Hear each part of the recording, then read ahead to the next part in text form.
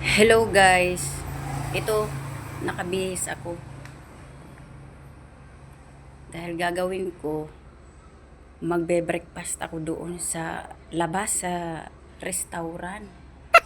Dahil mas masarap daw mag-breakfast sa restaurant. O kaya nakabihis ako guys. Bihis na bihis ako niyan guys.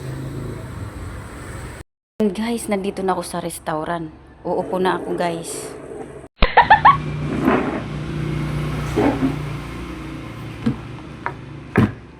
Guys, nandito na ako sa restaurant.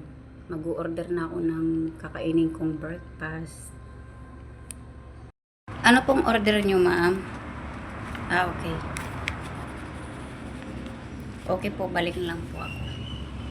Andito na yung order ko, guys. Ito, oh. Yung Spanish bread. Ayan, isang bread. Tapos may sausawan daw na patis tapos sili.